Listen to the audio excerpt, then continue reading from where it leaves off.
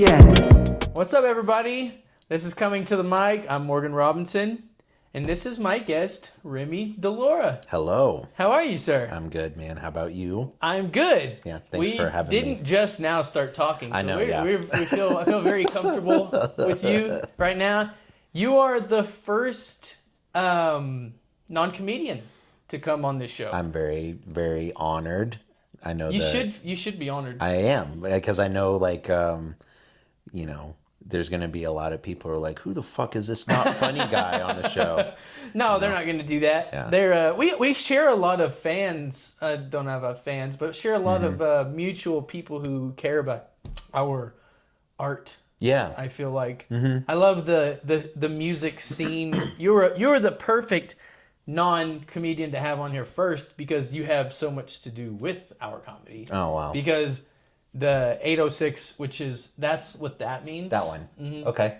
The 806 open mic is where everybody has to get their start. Now, that's not exactly true now because people can go to other mics now because we have all 4 mics. Yeah. But anybody who's been doing it very long, they had to put their teeth at the 806. I think it's safe to say that a lot of and this isn't me taking any credit, I think that the other mics that you're talking about, I think kind of exist because there was space for comics to come to 806.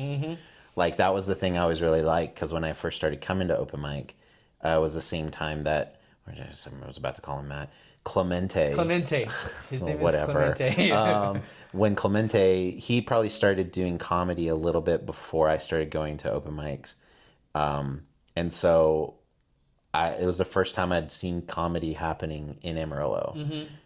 Was at the 806, and then to kind of watch it flourish, that was what, 2017, 18. And you were a musician. You just went to the mics to do music. To go play songs. You did not. By the way, Remy, for people who do not know, is the host of the open mic, the bi-weekly open mic. Every second and fourth. I do second, third, and Wednesday fourth, but so I do second, third, and fourth, but the second and fourth ones, we have everything. So that's usually when the comics come through. The third one I do is just sort of a music only. But yeah, so 3 weeks out of the month, 3 Wednesdays out of the month, He's the host extraordinaire. Well, that's very nice of you to say. I host a few mics now. I don't consider myself a host extraordinaire at all because I don't do the lifting that you do. It's a weird task to have to take. Your mics are always long, so there's always time to fill. Sometimes it's a lot of time. Yeah. Because sometimes those mics don't get over to like 11:30. Most of the time lately, we aren't ending until the shop closes. Yeah, at 12. So we're going like 9 to midnight. Yeah. And sometimes I wish that wasn't the case, but also like that usually that's the reason that's happening is because there's just so many people that want to come and do stuff. Yeah. Which is very cool because it could have very easily, when I took over, it could have gone the opposite. The 806 has been touted, or the people at the shop like to say, like the 806 is the longest running open mic in Amarillo. And the second longest open mic in Texas. Yeah. Is you took over for Thomas. Thomas, yeah. What's his last name? Thompson. Thomas Thompson. That's fitting. Yeah. And very open mic name, like host name. Yeah. And I remember when I first started, that's who I was. That's who the host was. Then. Yeah. But he used to say that. He used to say, "There's a library in somewhere Texas that's been doing it long, but other than that, we're the longest." Yeah. running. Yeah. It is one of the longest running mics in Texas. It's like 18 years or something? Something like that. And it could have gone, when I took over, it could have gone the opposite, and I could have run it into the ground, and it stopped happening. No? Well, you've been doing a really good job. Well, thanks, man. It's been fun, and it's the last, like, kind of, because I took a break from music, which I know we'll talk about music, but I took a break from it for about a year now, and doing the open mic has been the only thing I've sort of kept my toes in that. Yeah. And it's just always really nice to see new musicians come through, like kids that come through, and watching like comics come through and like kind of figure out. The 806 is a great place to figure out, okay, how to play to every room. because all the other rooms you guys can play, there's not really parameters of like you don't have to watch what you say. Exactly. You can just do whatever, and there's some freedom, and it's really beautiful, and I'm so happy for that. Yeah. What I like about the 806, it's like, okay, my jokes don't work everywhere. How can I carve my content and the things that I say where I can play anywhere? Yes. And there's a skill to have that, and it's fun to watch new guys come through and discover that. Yes. With like, oh, I can't just say every gnarly thing I want to say. And a lot of that times that means like crashing and burning. Oh, dude, yeah. Yeah. And that's been the case for me before. Every new guy I've watched come through, it's Yeah. been like that. And it's what's really cool is what it does is, I think it weeds out the common like trend with comedy is like someone's like, yeah, I'm pretty funny. And then it's just what they think is Shock. funny is just saying, they're like, oh, I like Daniel Tosh, I like Anthony Jeselnik, or any other, I don't know, current guys that are like that. But so they just do that shtick. And that works for some people.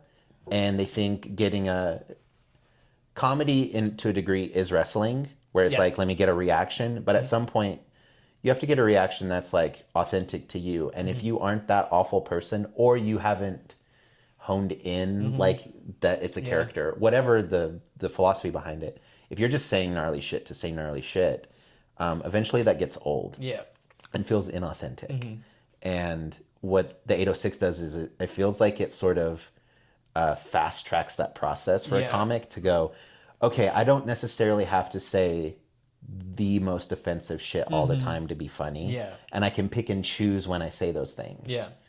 And there's massive utility in having a different, just a vastly different room than the ones you do. Just for one, the audiences that you play to whenever you do a paid show are going to be vastly different than what we get at Circus Room or what we get at Bliss. So it just working that comedy muscle is so much better to like. And it would be like if there was like probably if I could just make up another room that would flex that muscle, it would be like a super G room, like a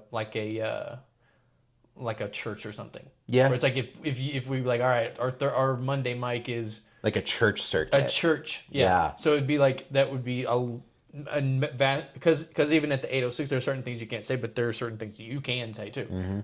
But it's like it just if you had I don't know if that would be like the gig simulator where you could just like go through every mic is just so much different that prepares you for just a better brand of comedy. Well, a good example from my world is with my drummer BJ. He's a phenomenal drummer, and one of the things that I appreciate about him, outside of just him being consistent in like tempo, is he can play to the room. That's a phrase they use, to play to the room, which if he's playing drums in a small room, he can't wail away. But if you're in an arena, there's a bit more freedom you can do. Or if you're in like in a church, there's certain things you can do, and depending the room you're in, it dictates how you play that drum set. And that, I think there's a parallel to that in comedy, where depending on what room you're in, that helps you. And I think and this isn't to disparage the other comics, but I think you and Javi have really, y'all have figured out that alchemy of like, okay, what room am I in? I remember when Javi first started, like when I first saw his early stuff, he was doing like 806. And at that point, Antiques was still doing their first Thursday mic, and he would go do that. And he would cater his set to that space. And there was another comic who I think is in Austin now, who also did comedy at Antiques, and he got banned from Antiques because of his material. Really? Yeah. And he's a great dude. I would love to know who that is. I think it was Eric. Eric Gallegos? Yeah. Okay. Yeah. Eric Gallegos, shout out. He's got some really good chops now. And I remember that I wasn't there for the night that he got banned. And I don't know if he actually got banned. I just know they had a problem with him. But Some comics, they don't have to do that, and that's fine. And they just go, it's like, well, I'm just not going to play that room anymore. And there's not a good or Luckily, bad that thing wasn't about an it. important one. I can't imagine being banned from the 806. That would be wild. Yeah, and it doesn't happen often. You would think it would happen more often, but I've really tried to, especially with comics, because I've had some people talk to me about some of the stuff that like some of the comics will say, and they're like, someone will be like, it just feels like they set out to say everything that they could to hurt everyone in that room. Yeah, and go ahead. And well, and what I told them, and I try to be sensitive to, like, I want to be thoughtful of the people that are in the room, but I also, what I said to this person was like, I've been doing this long enough that if this comic doesn't figure it out, he'll either stop showing up to this mic because he knows his stuff doesn't work here, or he'll adjust to the room he's in. And that's what will happen. It will handle itself. Yeah. Give it another month or two. Yeah. And it'll handle itself. And it almost always does. Yes. Yeah, there's been very few comics that because like, and I love Jacob, but Jacob doesn't come to 806 anymore, really. Yeah. And I think it's because he knows. Yeah. It's like, my stuff doesn't work here. Yeah, he can't not be himself. Exactly. And I appreciate that. And I think he's super fucking funny. But I also, and it's wise of him. I don't know if it's strategic or not, but it's wise. He's just like, yeah, the 806 just isn't my room. And he's not interested in catering his particular, style of comedy for that room. So he's just like, I'm just not going to go. Why would I go? So, Jacob. Yeah, Jacob. Come to the 806. Yeah. Oh, yeah. Come to. And we'll see how it goes. Yeah, exactly. But yeah, I think that's the 806 is a great, like, I think it's sort of it's like a furnace. Yeah. It's such a great place. I feel like despite what we use it for, which is to get better at comedy, it's just such a great place to check in with that kind of people. Just like go in and be like, just what the musicians are doing, the rappers are doing, the people that are there to watch. It's like check in with you. It's just like, I don't know. It's just a very... and it's because it's predominantly young people. And so you can kind of... It's funny when you guys you'll make a reference to something that feels current. Yeah. And I'm old, and so I get it. But like, y'all will say something that's a reference, and these kids have no idea what you're talking about. Yeah. And it's like, that probably works in other rooms because you've got people that are like your age. My favorite example of that was Colin, whenever Colin did an RFK impression, and I thought it was the most hilarious thing. And I didn't realize till after that, nobody in there knew who RFK was. And I was like, this is like a very liberal place, but that does not always mean political. Yes. They're not political, or at least at that time, they weren't.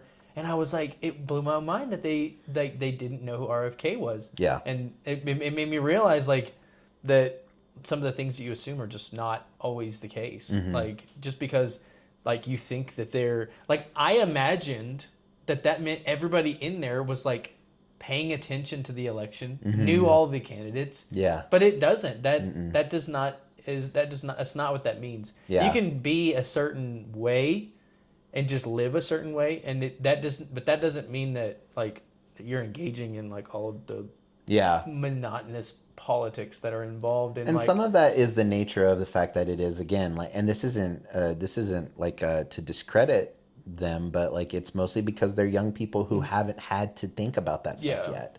They're just now, like, having been part of the open mic since 2018, that's like 8 years. What I've observed is every year and a half, 2 years, you have a new sort of class of kids that come through. And it's these kids who are just now getting into the real world. They're getting out of school, like out of high school, going into college, having to actually start thinking about what do I actually think about? What do I actually believe? And they don't think like the common.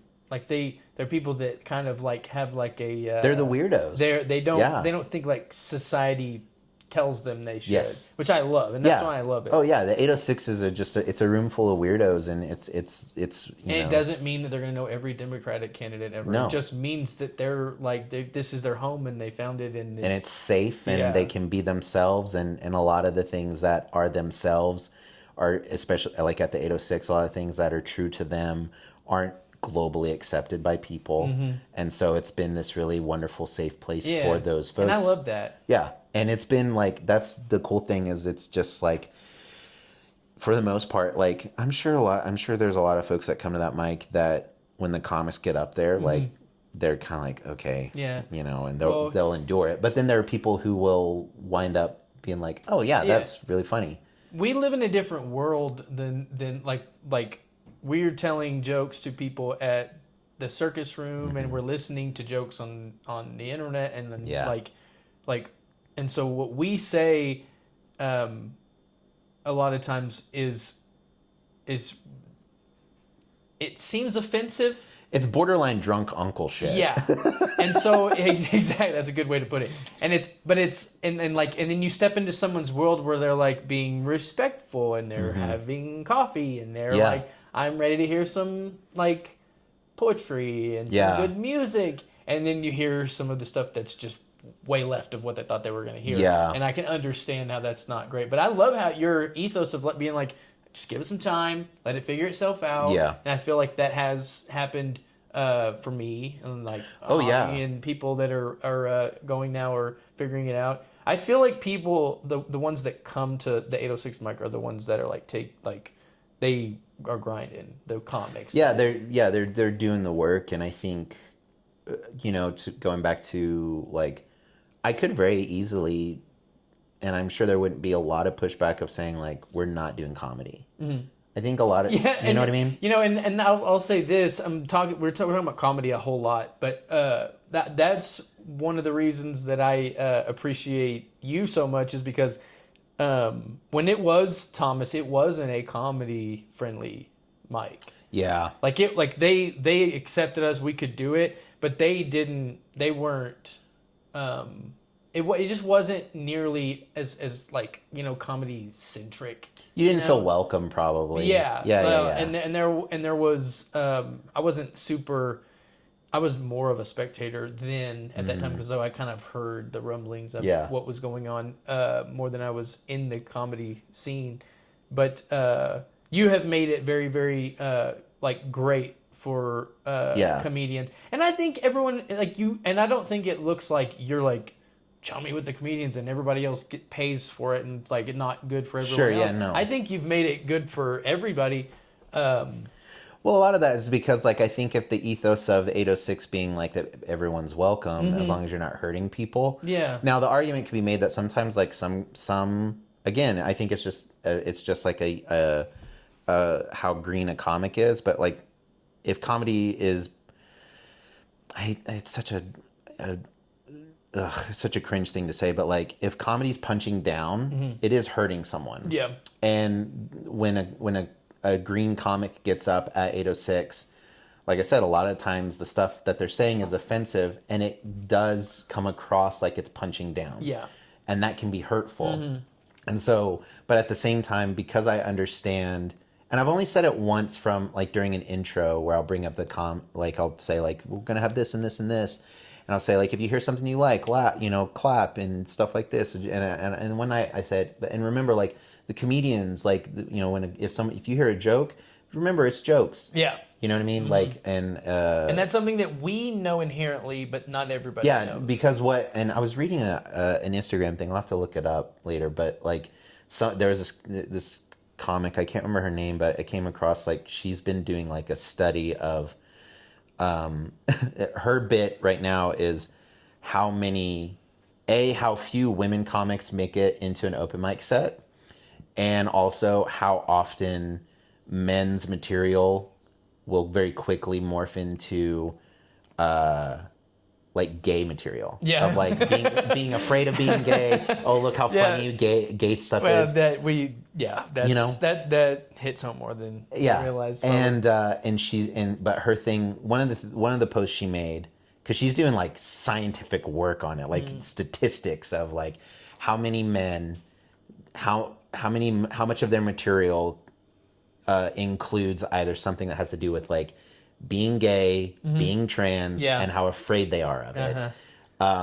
But one of the posts she made was really fascinating. Was you have to be mindful of the jokes you're saying.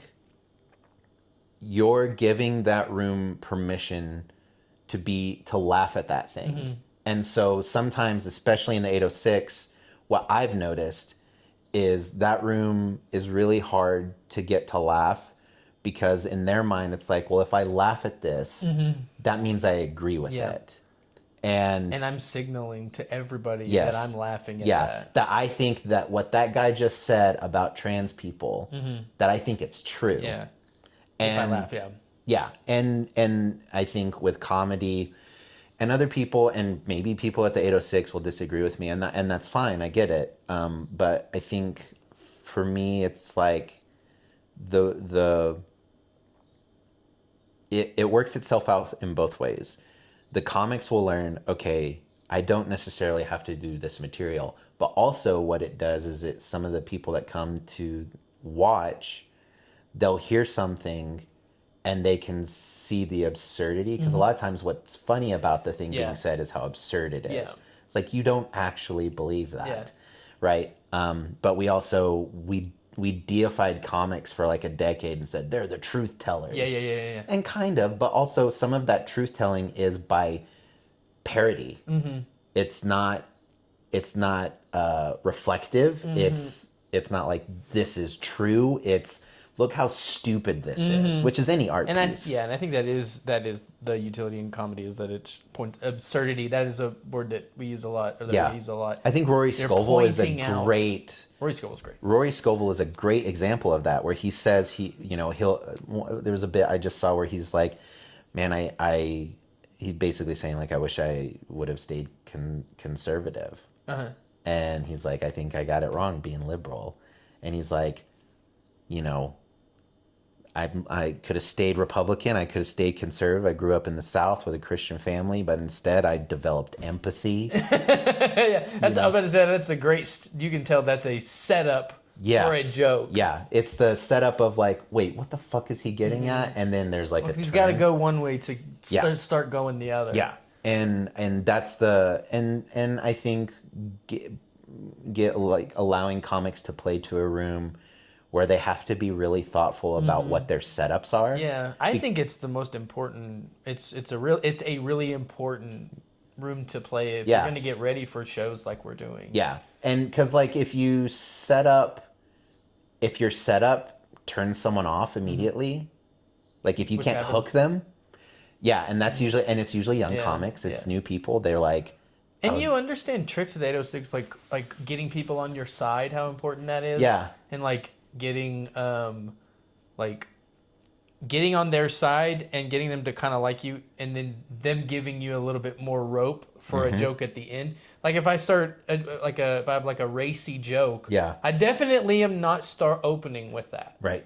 Yeah. And for the most part, I wouldn't say a racy joke at 806, but if I did, I would be like, I would get their trust first, and then they're gonna give me some rope, and then I can be a little bit more crass, and then that's kind of like a higher level of joke telling is understanding that. And 806 is you don't get that anywhere else. Yeah, everywhere else you just have rope. That's it. Yeah, because they're not like the most. Yeah, I think I remember watching Javi early on. When he started, I could see him figuring it out, and I don't know if he'd verbalize it this way. Him figuring out, okay, if I make fun of myself first, then I've shown to the crowd that I don't hate people. Whatever else I'm about to talk about, I've made myself lower than the thing I'm about to talk about. Yeah, and that earns a lot of trust with that room. Some comics, that's not their thing. That's not how their material works. That's not their persona. And that's great, but you probably just aren't going to work in that room. And then, you probably don't play alt rooms like that. You go and you do the comedy club thing. Yeah. And that's fine. Yeah. That's what's beautiful. I think beautiful about comedy is you have such a wide gamut of like people who do things. You can do anything.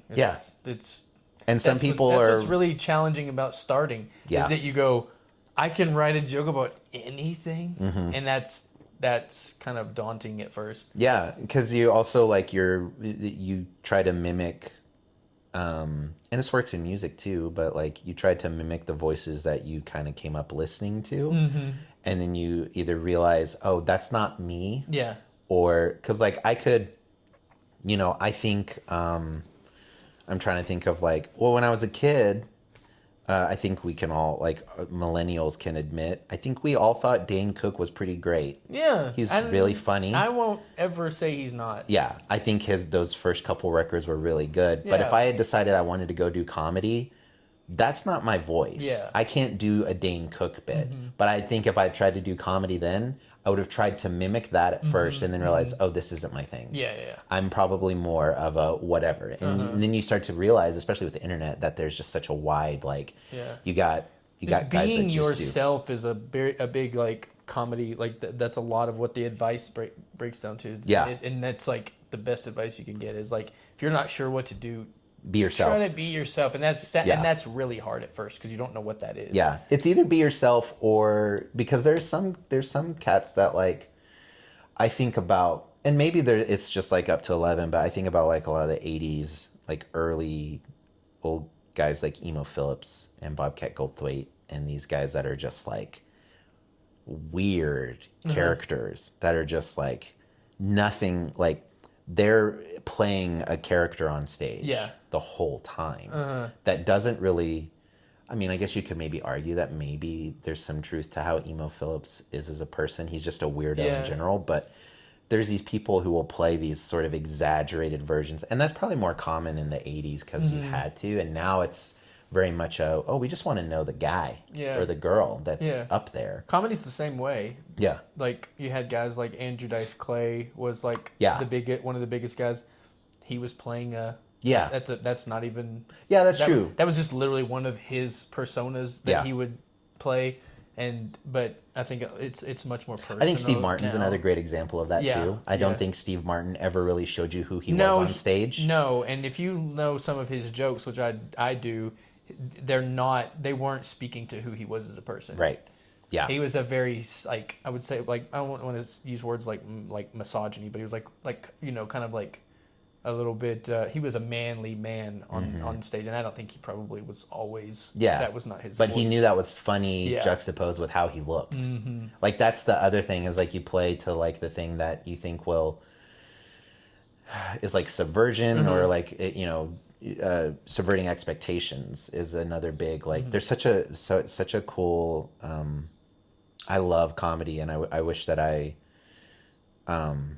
you're a bit of a comedian in your own right. I mean, I appreciate that, but I get tips from crowd work from you all the time. Oh, well, cool. Because that's what I try to work on. Yeah. Well, and I think with crowd work, it's really just about listening. That it's active listening, which is the thing that my original plan was like acting, and acting is a huge portion of that, whether stage or film, is listening and reacting. Like that's where the money's at. Yeah. Like it's not necessarily the line delivery, it's how you react to what someone else is saying. And so when I'm doing well at a mic and hosting, it's because I feel like I'm actually listening and participating. And it's, obviously energy exchange. So it's like if people give me something that I can react to. Moving into this is a good segue to your story. Like, so you can say whatever you want about that, but like it sounds like you want to be an actor. Yeah. Because like coming to the mic to me, and this just mean like whatever your mic is, whether it's acting or you're a musician or just anything, like what you feel like you kind of have an expertise in, like that's. What would you say is what brought you to those things? Yeah, like acting, music. Sounds like you had a passion for it. I just like being on stage. Yeah, and I think that high school I was in choir, band, and theater, so I did all of it. Yeah. So you had we talk about adoration from the stage. So you were kind of like you liked that. I liked being in front of people. I liked being seen, and the older I've gotten, the more I've realized, like, I've appreciated the benefits of being seen as you get to tell some really cool stories and make an impact in people's lives. But at the time, it was just like, which is what the coolest thing you can do, Yeah, right? I think yeah. that's when I think you're like helping people. It's like, what else is there? when I think every medium, I think even with comedy, like what you do is you get an opportunity to be in front of people and you help people be seen because like there are observations that you're making that other people have had that you maybe communicate in a way that they wouldn't have thought of, and it helps them feel like, oh yeah, like that is a weird thing that those we all are the notice. jokes that people after show go, I loved that joke. It's because when it like connected dots in their head and they're like, that I get that so much. Yeah. And there's a couple different points in my life I think that I came to the mic, but I wanted to go to school and be an actor. And then I'm very fascinated with that because I don't I have a cousin who did Will Drakely who did theater in college, but other than that I don't. And my niece, she's a big theater buff too, Randy Kay. So I'm very fascinated with people who are like want to do the acting thing. Yeah, I think I just liked. There's a level of attention that I liked getting. Yeah, it helped me. I was an only child, and I love the honesty of that. Where it's just like, I like the attention. I think sometimes people will try to act, especially comedians, try to act too cool, and they're like, I just want to tell my jokes or whatever. But like, you kind of just like the attention. I think if you can be honest about that, then and get it out of the way, then you can start saying, okay, but what does the attention now afford you? Yeah, but you're very talented, so like. I don't know what came first, the hunger for it or the talent, or in that sense. I would say the hunger for it. Yeah. I remember being a kid and I that saw... That might be a natural progression of that. Yeah, when I was a kid, I saw a production of The Wizard of Oz at a school. And I was very young, and I didn't think, oh wow, look at the lion and the Tin Man. I was like, I want to do whatever those people are doing and dress up. And put this thing on. I didn't buy into the world. My suspension of disbelief was not suspended. Yeah. I knew what was going on. I knew there was a production happening, and I wanted to do that, and I couldn't quite figure out why. And you want to entertain people. And a lot of it, I mean, it's like a quid pro quo. It's like you're helping me by giving me that adoration. I'm helping you by entertaining you. Yeah, it's a good, honest exchange. It is. It's a great exchange, and it's like one of those things that can be very harmful too. And I think a lot of it came from, not to get into the weeds of this, but my mom and dad split when I was like 5, so my dad wasn't around a whole lot, and that wasn't his fault. My mom made it a little difficult for him to be in my life. So it was just me and my mom, but also like it was hard to get the attention of my mom because it was just like we were kind of always like butting heads because it was just her and I, and we were trying to survive. But so for me to be on a stage and performing or doing something, that helped me feel like, oh, I'm not invisible. I am important. I am valuable. Yeah, that probably really strikes a chord in you when you're like you really seek that validation. Yeah, and which we're all trying to do, and you don't get that, and then all of a sudden you get that on. Colin spoke a little bit about that in his little stint in acting classes. Yeah, he was like, everything in me. They told me to act like a dog, and everything in me. When you're under the lights and on stage tells you do not act like a dog. Yeah. But then you act like a dog and put your heart into it, and you feel crazy, and then you get adoration from it. And he was like, it flipped a switch in his head, and that makes a lot of sense. Yeah, and it just does something that is it's addictive. Yeah. And intoxicating. Yeah, and. But yeah, I wanted to do that. And then I, at the same time, all throughout high school, I also wanted to learn to play guitar because I watched these punk bands that I really liked, pop punk bands, and they looked like they were having so much fun, and they were performing, and they got to they were wearing these like cool outfits, and it was like tapping into a lot of the Yeah. same things, and I wanted to do that too. And so I tried to learn guitar, and I convinced my parents to get me a guitar, and started learning. And the good excuse I had was like the church I was in at the time was like, hey, we need someone to play Yeah. guitar. Will you learn? And I was like, yeah, I'll learn. I know a lot of people got their start that way. Dude, so I started playing in the church, and so those two parallel things are happening at the same time. I want to be an actor, but I'm also playing in the church. And when I get out of high school and start to go into college, I get offered an internship at a church. And at this point, I'm playing in a bunch of different churches, playing guitar and bass, and I learned to play and sing finally after about a year. And because that's a challenge, is figuring out how to sing and play. I can't even imagine. It was tough for that first year, and then finally got it. And so I was doing that, and this church where I grew up was like, do you want to intern here as the music guy? And I was like, yeah, sure, I guess. I was going to go to school either for acting, or I was going to go to Australia for this church school that was like music stuff. And I'm glad I didn't, because that church wound up being pretty wild. But you know, David Koresh. No, I took the internship, and it was paid, and it was nice. And then they offered me a job, and so I just stayed, and I kept doing music there. And so I became like a music guy. And I was like, guitar, and that was the thing that I did. I played guitar and I sang. Yeah. And when you know how to do that, I'm sure you want to do that. yeah, and there's a level of like, I don't want to discredit whatever sort of spiritual implications are happening by doing church music, because I do think there's some things that are happening there that are like not supernatural, but they're like outside of what we're feeling tangibly in the world. And I think that there is something spiritual happening there, and for some it's manipulation, for some I think it's authentic, but also, if I'm being really honest, it was another opportunity to be seen by people and be validated. Yeah. That's at the end of the day, that's also, and I think anybody who goes into ministry, if they're honest with themselves, there's a level of it that's like, I get to be seen by people.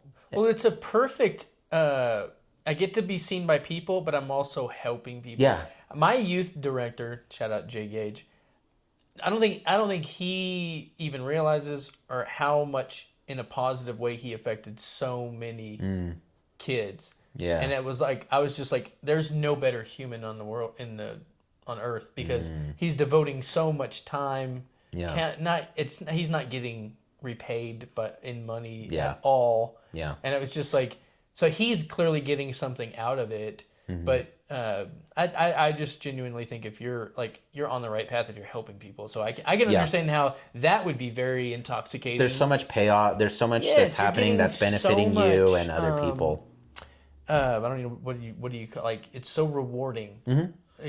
Yeah, there's reward, validation, affirmation. It's kind of a you think, that's everything all in one. Yeah, I can see how that would be very, very enticing. It's tough because you're getting all of that, and the trade-off is sort of similar to, it's by no means one-to-one, but like I remember talking to some people who worked in the medical field who are like nurses, and there's a burnout that happens when you're like trying to help people, and you see so many people that you want to help and you can't. Yeah, there's too many people to help, and so you get really accustomed to, in like the nursing and medical world, you get so accustomed to just seeing people die. Yeah. And desensitized to that. Yeah, and so there's a level of that that's happening in ministry too, where it's like, man, especially because I worked in youth and for a little bit worked in recovery at our church, so I worked with addicts a lot too. I think there's no better way to spend your time than that. Yeah, too. but those things you see, especially in the recovery world, you see. You're like, you want to help this guy get out of what he's in, and you're like, man, if you just if we just lock in, tough. And then they take off and they go back and they use again, and then they disappear. Yeah, and you because that's a demon that is so hard to slay. Yeah, and you either get devastated every time, or you go, that's just part of it. Yeah, and that can lead to such great depths of burnout. Yeah. It's a lot of emotional toll. I love psychology, as you know, and I have a counselor, and I have thought that would be a great job to have. But one of the downsides to that is you take a lot of people's emotional burden on. Yeah.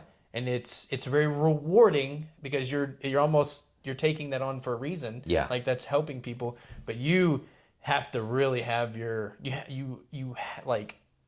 have to have like your own psychologist. You have to have on somewhere retainer, you have to have basically. somewhere to offload that. Yeah.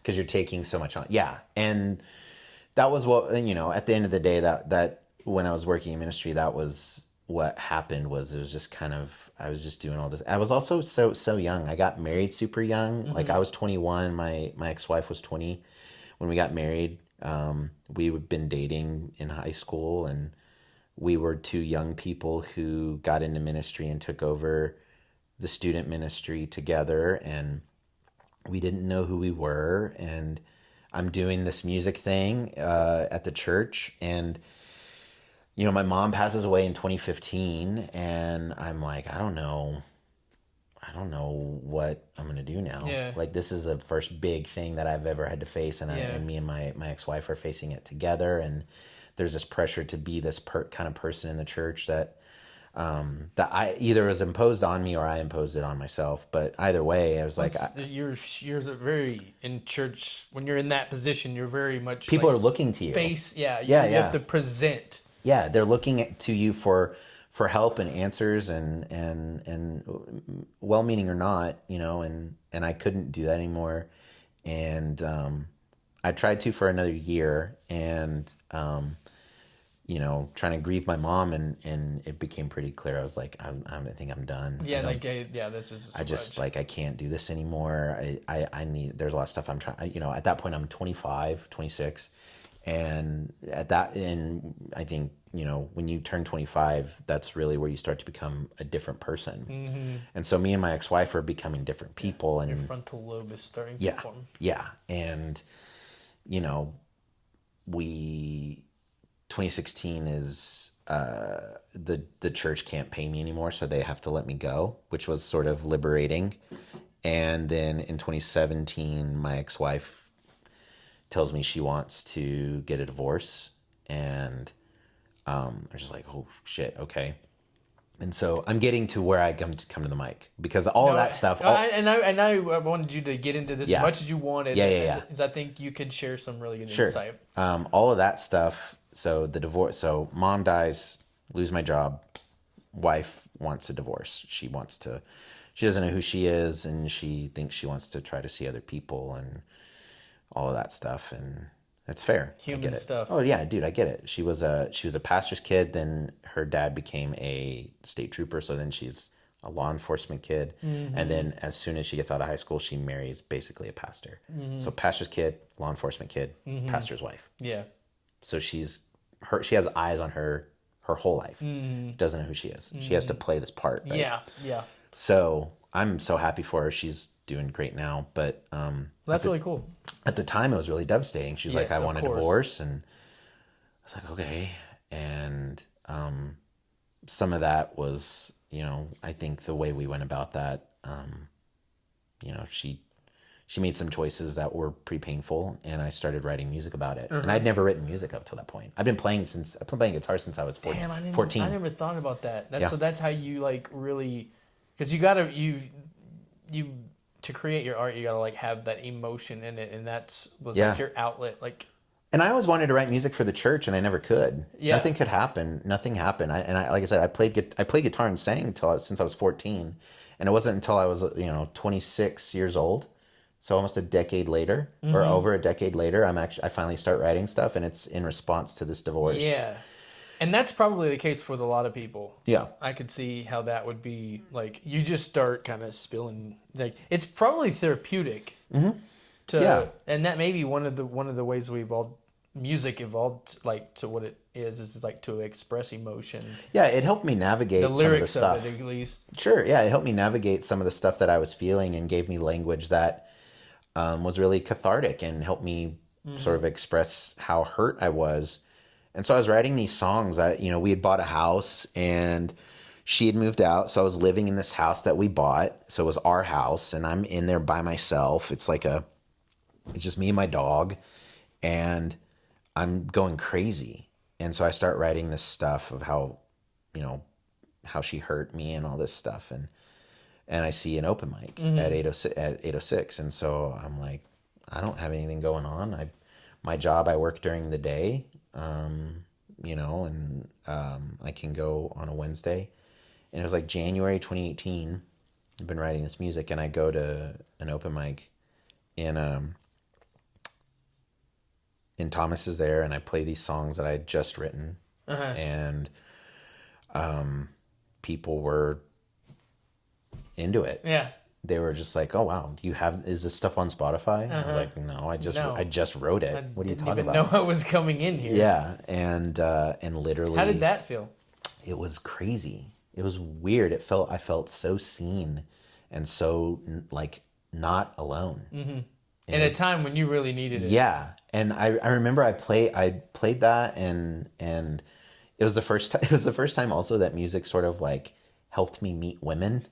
You know, because there was Which is like the biggest perk, I'm sure, to people. Why people that's not why you started writing music, but that's why a lot of people. Some people do start playing music to meet girls, and I but I that had never been the case for me, and that kind of happened. You're like, this is a pretty cool byproduct. Yeah, and it's like, but granted, like I'm singing this really like heartbreaking stuff about my ex-wife. We aren't even divorced yet at the time. Like our divorce hearing didn't happen for another 3 months.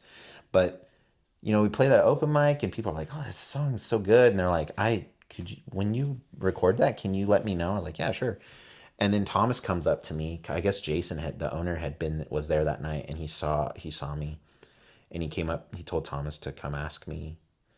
He's like, "Hey, we're doing auditions next open mic for our Valentine's show.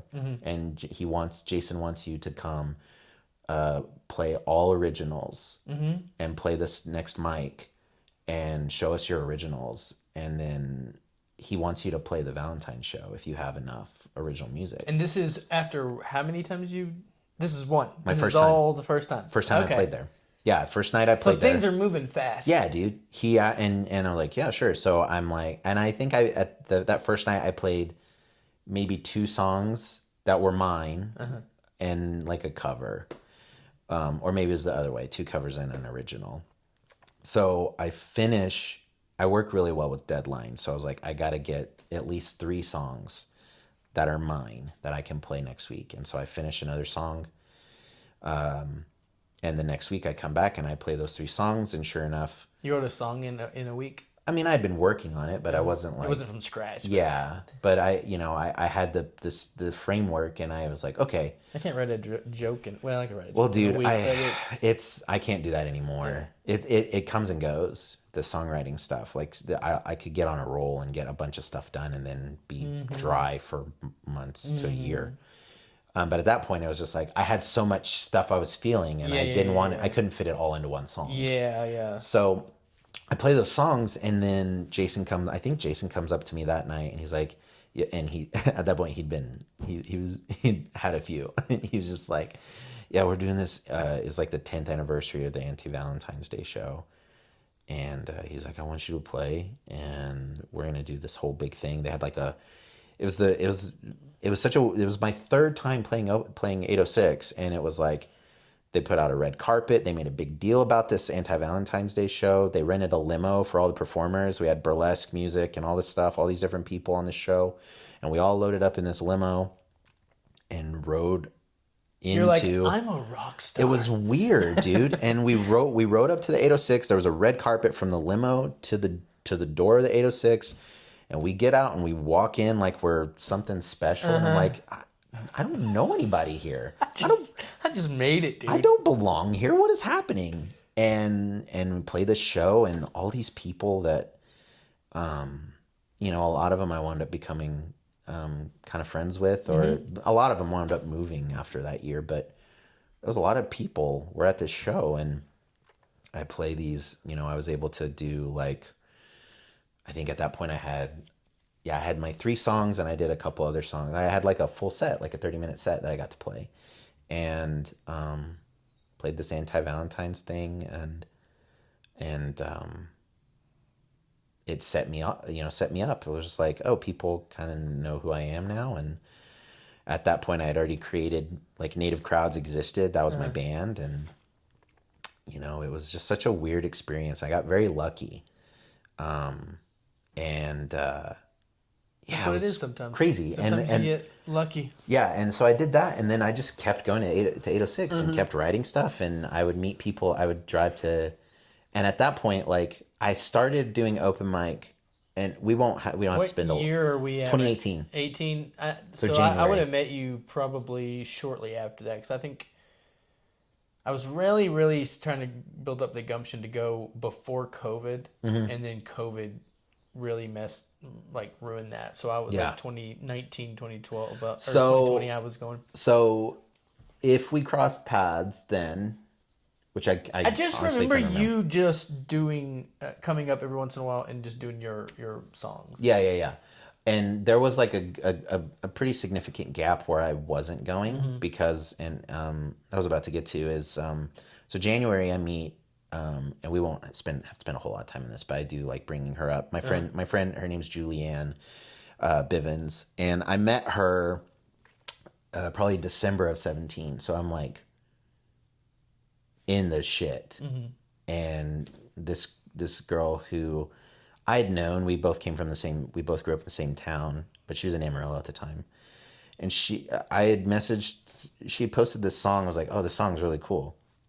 We were following each other, and she messaged me back, and she's like, yeah, thanks. And then she's like, I've been meaning to reach out because like it was very clear on my Instagram that I was not doing okay. And she was like, I've been meaning to reach out and check in on you. I don't know why, but just something told me that I needed to see if you were okay.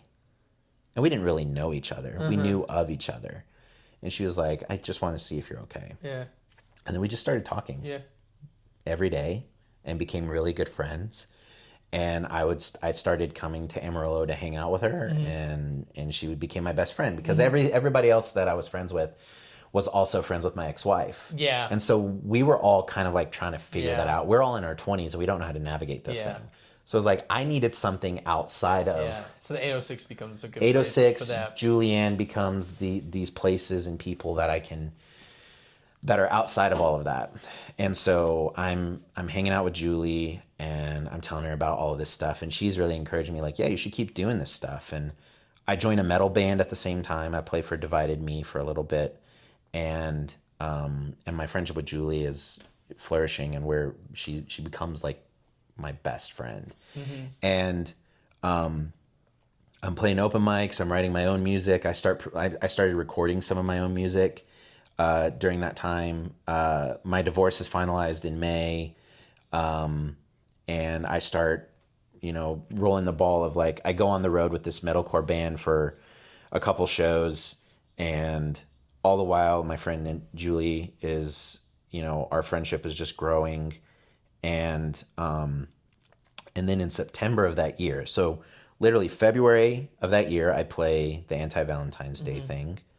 And then, like over the summer, I start playing this metalcore band, and I'm writing my stuff and starting to get ready to put out an EP. And then September, Julie was married, and the guy she was married to was incredibly abusive and violent and not okay. And that became more evident as the months went on. I didn't know it at first. And then as the time went on, it became very evident that he was not a good person. And so in September, she's decided, I've got to get out of this relationship and get away. And so she starts taking steps to do that, and he is not okay with that. And so then one night, after he had blown up the day before on her and like trashed her apartment, and she called the cops, and they were like, well, he didn't put hands on you, so we can't do anything. But they ask him to leave, and he leaves. And the next day he comes back and he wants to apologize. And I'm there, and we're talking, and he's feeding us this bullshit. And then he leaves, and we go to see this play at the Amarillo Little Theatre. And because of what had happened the night before, she asked if I would just crash there. She didn't want to be by herself. So I was like, yeah, I'll crash on the couch or whatever and hang out and just stay here so you're not alone. And I had stayed at her place before where, I'll come play a mic, and then it's late. Yeah. And she's like, yeah, just come sleep on my couch. Just like hang out. And so I was like, yeah, I'll come. I'll stay the night because I know you don't want to be by yourself. And he shows up and basically breaks in and attacks us. Okay. And I didn't mean to get this heavy so early. No. But like, so yeah, I go through all, he busts in and he attacks us, and he injures me, my wrist, and he puts a blade in my back, and then my friend, he winds up killing my friend that night. What?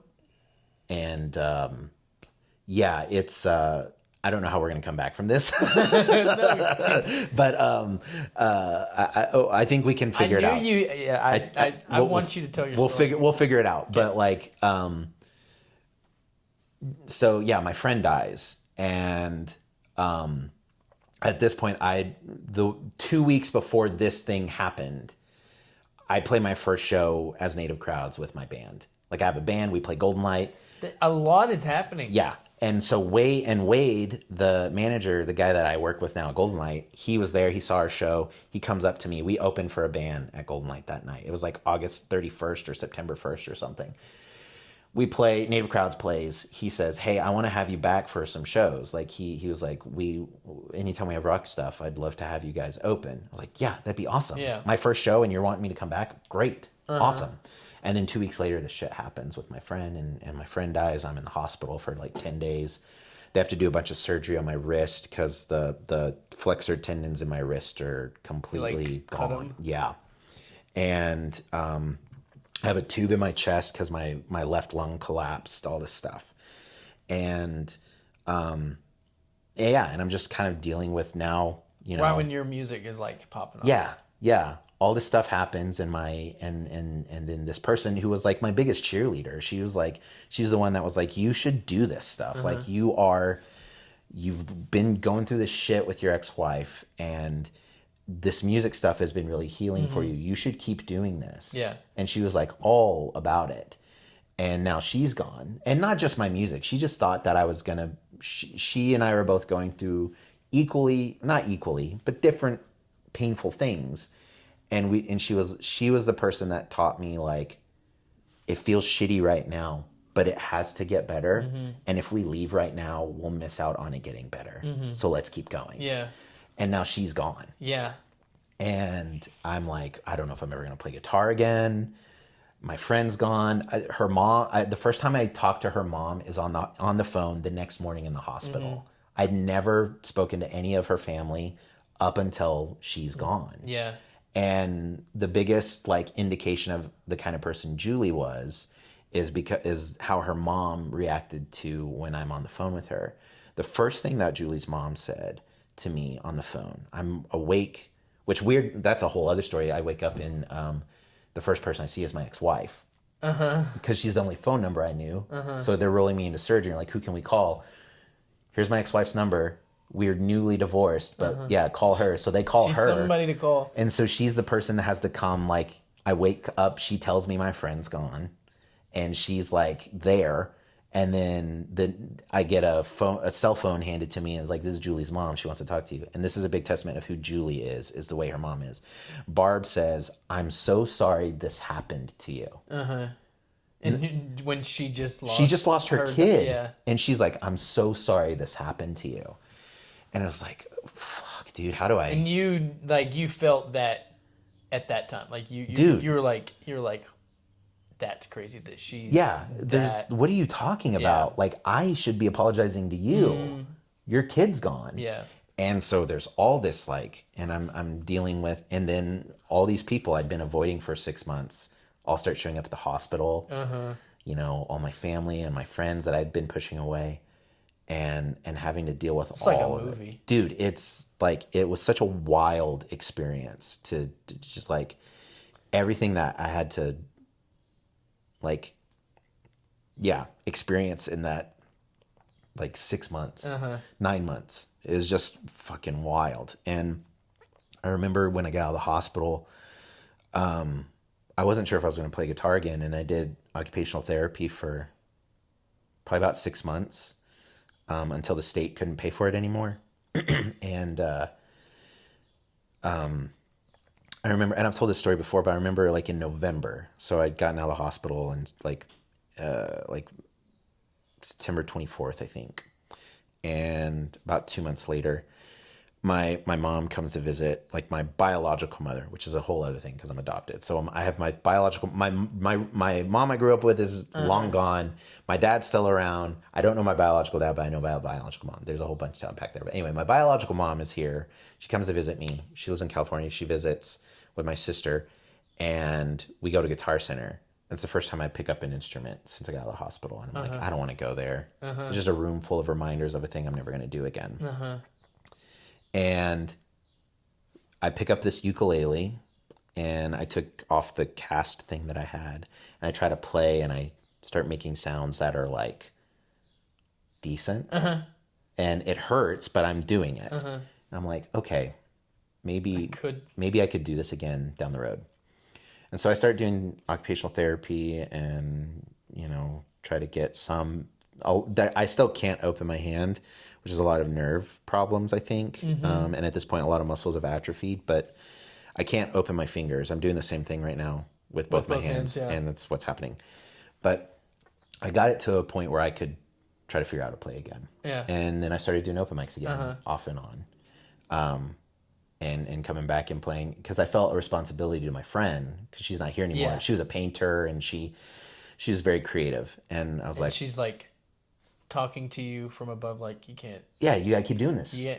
Yeah. What do you do? Just stop doing it? Yeah, exactly. And she was, for a long time, she was the only... To make it more like a movie. Yeah. Really, well, and for a long time, the only reason I was the only reason I was still around after I got out of the hospital is because I felt like I owed it to her. If it was up to me, I wouldn't be doing anything, and I probably wouldn't be here. But because of what happened to her and all of the people that were affected by her being gone, I couldn't let that piece of shit win. Yeah. And so despite him, I kept going because I owed it to Julie. Which is probably super motivating. It is. And it was such a wild journey to kind of go through those first couple years of like survivor's guilt, and I started drinking. I hadn't had alcohol ever until I got out of the hospital. Really? Yeah, dude. And there, to make it even more like a movie. Yeah. It was like 29. It was the first time I had a drink.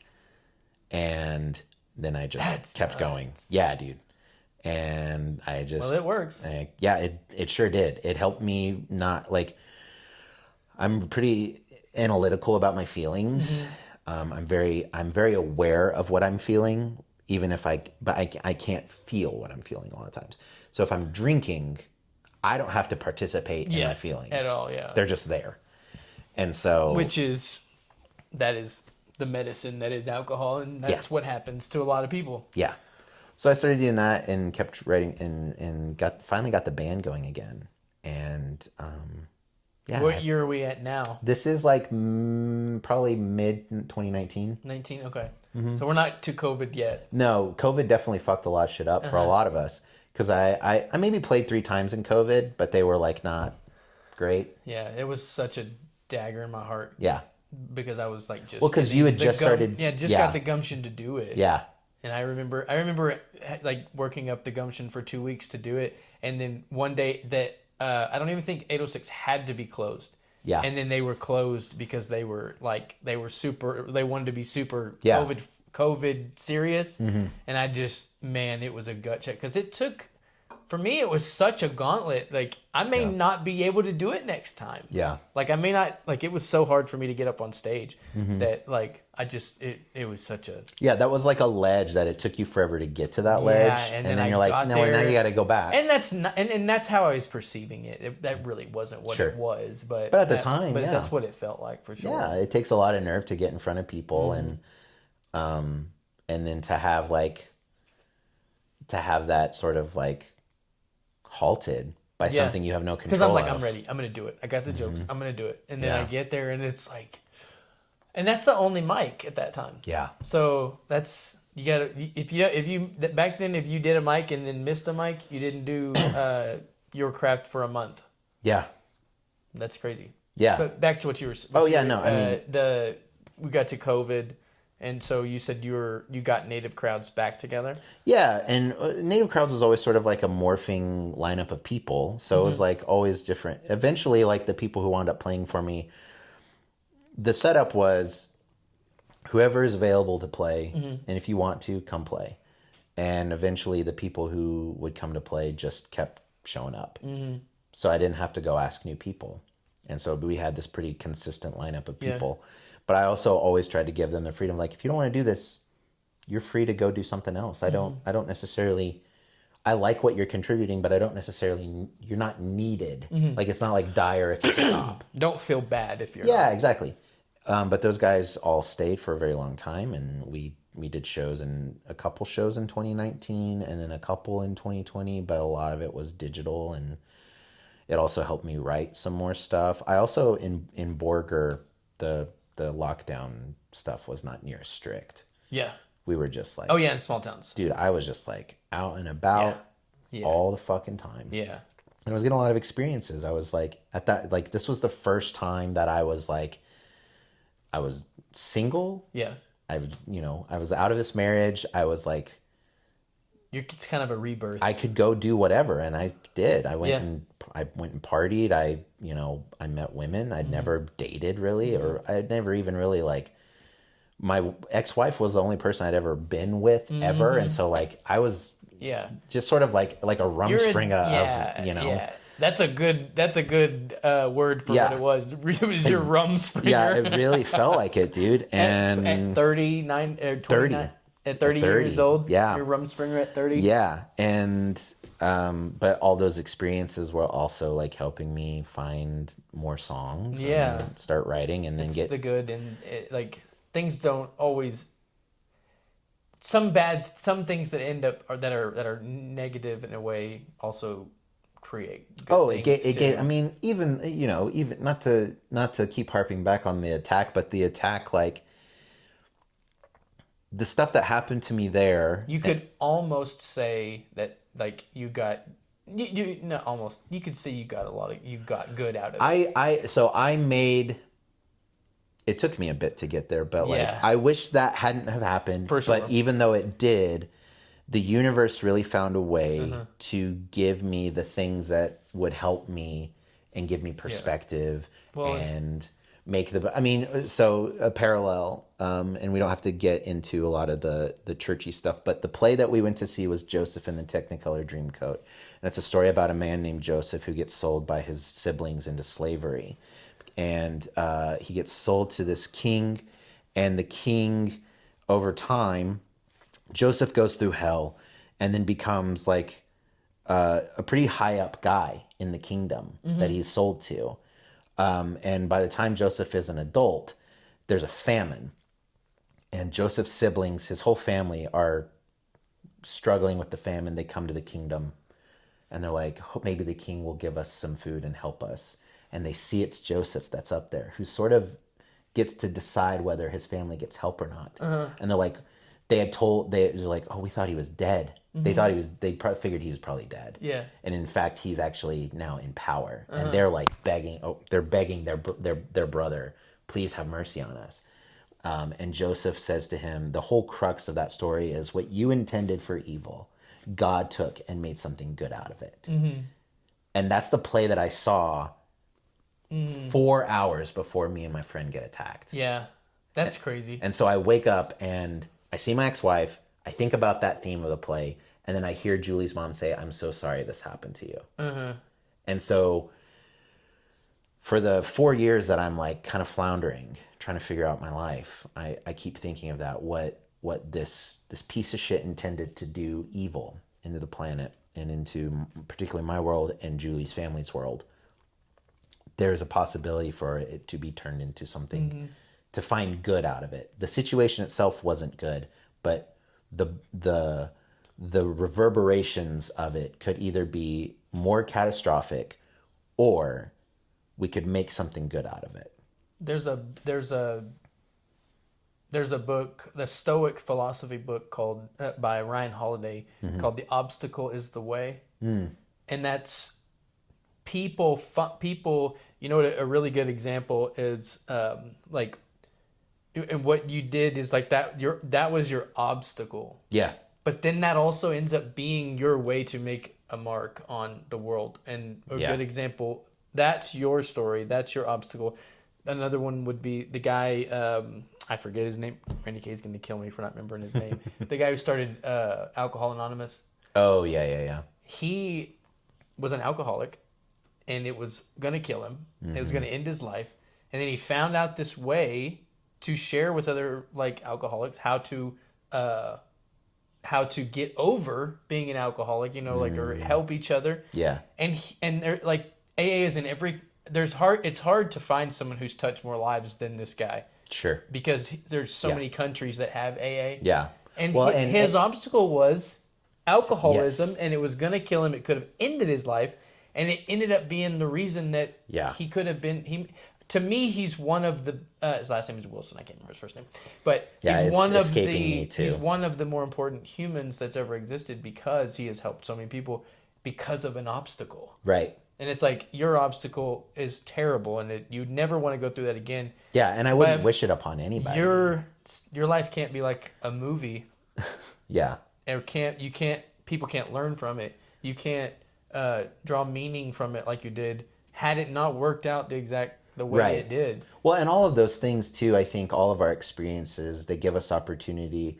I say all the time to people, I don't think that empathy, I think everyone has the capacity for empathy, but it's a muscle that you work out. Mm-hmm. And the more opportunities you get to work out that muscle, and empathy is simply trying to look at someone's situation and basically put yourself in their shoes. Yeah. Well, the more things that you go through, the easier it is to put yourself in other people's shoes. Mm-hmm. I can understand what it's like to lose someone. I can understand what it's like for someone to be in a domestically violent relationship. All of those things. So you're the authority on these subjects that no one else can be.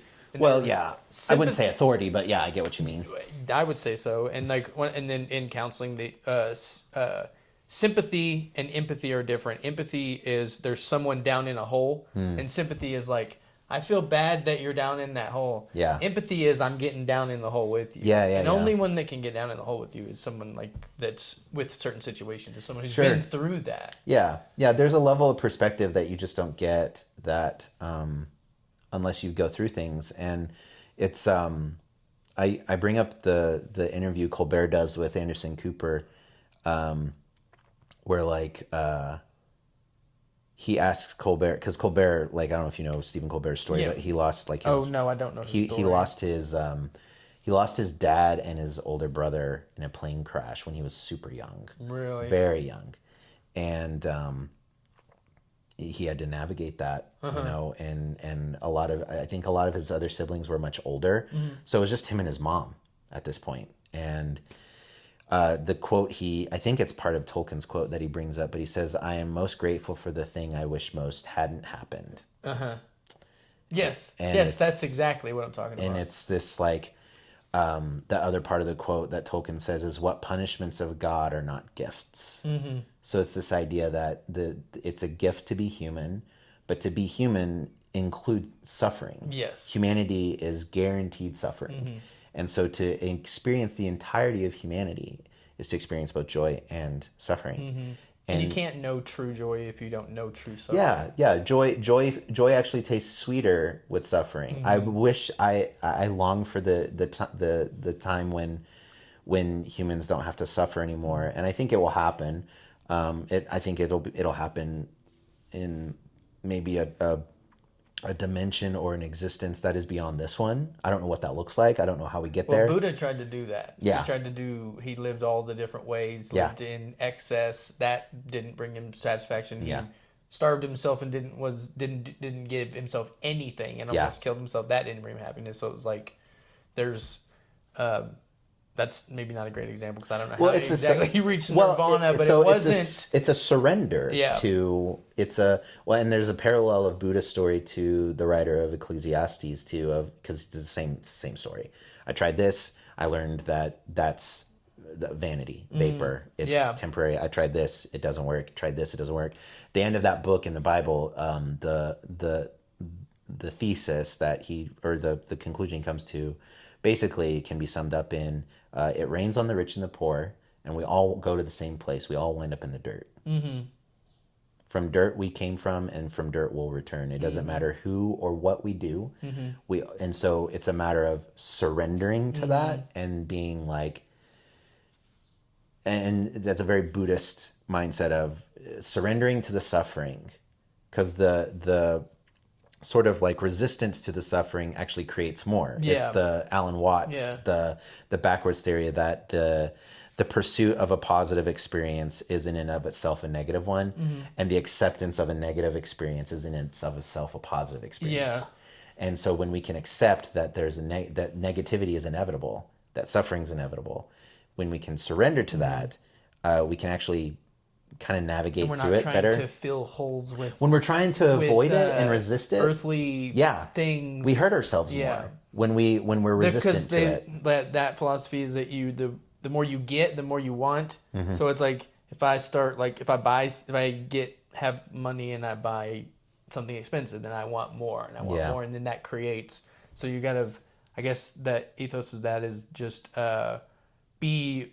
don't want what you just want what you already have. Just want what's already. Don't want more things. Just be okay with what you have. Yeah, and if you get more, cool. If you don't, fine. Like, and that's not to say that you don't have those desires, but like at the same time, you know, I think one of the things that I can be grateful for in all of this is when you face your mortality, you realize that there are a lot of things that aren't near as important as you thought they were. Yeah. You know, I'm sure you get a perspective from... Well, before all of this, I thought my divorce was so devastating. Yeah. And then when I got out of the hospital, I'm like, oh, someone didn't love me anymore. Yeah. Oh, okay, which is kind of a gift, man. If you understand how bad it can be, you're like, man, this is not... I can handle. You also know you can handle anything. If you went through those things, that's a solace you can take. It's like there's nothing could really really derail me. Well, and the benefit of it too now is, and when I was doing Native Crowd stuff, to get back onto that, when I did the band thing for so long, one of the benefits of that has been also to be able to say, if I can survive all the things that I have, you're just as human as me.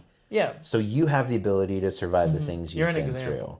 And so that's been the really nice perk of like, and I try to do that from the open mic too, is tell people, I don't know what you're going through.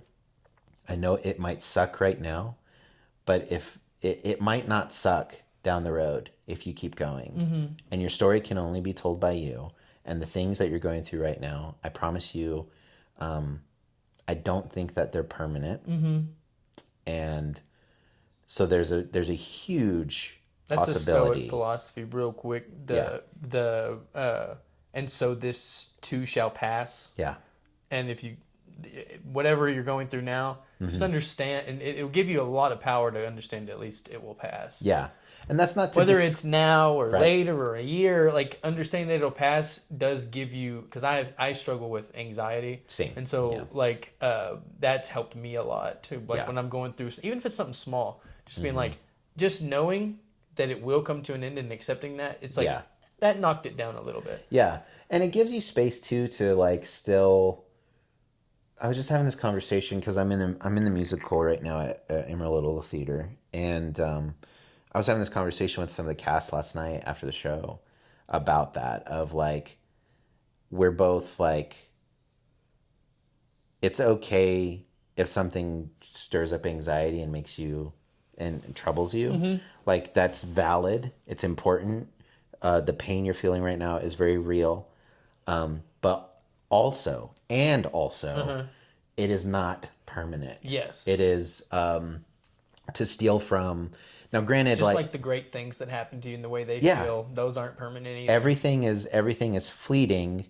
I don't remember where I heard it, but someone said we are both infinitely significant, but all entirely unimportant at the same time. That's well put.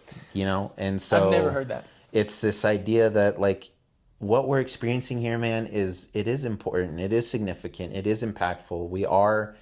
We are feeling things that are very real, and they're beautiful and they're painful, and and you should sit with them. You should feel them. You should let them affect you. But also realizing like in 6 months, you might be feeling a completely different thing. And who knows? Yeah. It might still be bad in 6 months from now, but you won't know until you keep going. And the nice thing is, and I think this is a big reason why I've really enjoyed the 806 and being there as long as I've been there now, is that you discover when you open your eyes a bit that you're not by yourself doing all of that. Yeah. That you do have people who see you, and sometimes you're lucky. I hate to keep No, you're interrupting good. you. No, you're I hate good. one of the most important things for us as human beings is not feeling alone. Yeah. And we're such social. It's a community, animals. man. Yeah. It's to steal from church talk. Community is super important. Yeah. And For if sure. you're lucky to find people who see you, and that was my friend Julie. She was one of those people who was really good at seeing people. Yeah. And because before that, I don't know if I would have been as receptive to someone seeing me and saying such nice things about me and believing in me. But she believed in me in a way that I knew she didn't have anything to gain by believing in me. Yeah. There wasn't like a benefit It's of genuine. her. And so she conditioned me to be open to that again. And then it took a bit through therapy, and it's really only been like this year of being able to be open to that again, because my partner now, Michelle, she's one of those people who does believe in me. And early on in our relationship, I was like, I wasn't receptive of it. Not because I didn't believe her, but I was just like, I don't know if I deserve that. Yeah. Because part of it was I didn't want to open myself up to that again because of all of the sort of trauma of being open to that last time and someone dying. Yeah. Yeah. Yeah. So you feel very vulnerable.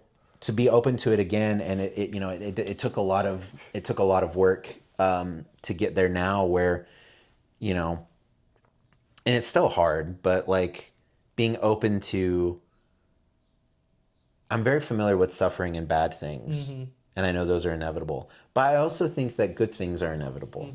And this last year has been really the first time where I've really tried to do the work of being open to that again. Yeah. Of like, good things can happen to us, to everyone. I think everyone and I know it's super idealistic, and again, that doesn't mean that you're going to never feel bad things, but I think that to really just surrender to the idea that the full human experience is both joy and suffering.